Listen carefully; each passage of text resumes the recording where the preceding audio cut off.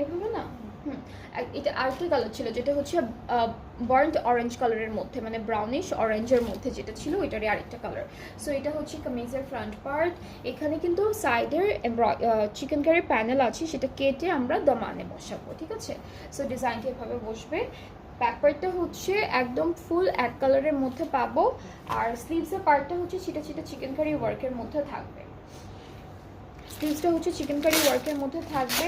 দুইটা প্যানেল আছে, একটা আমরা স্লিভসে দিব, এইটা কালারফুলটা হচ্ছে স্লিভসে দিব, এই প্যানেলটা হচ্ছে স্লিভসে যাবে, আর আরেকটা আছে যেটা হলো আমরা দামানে দিব, এটা হচ্ছে ফ্রন্ট পার্টের দামানে যাবে। দুইটা প্যানেল আছে ফ্রন্ট পার্টের দামানে আর স্লিভসে।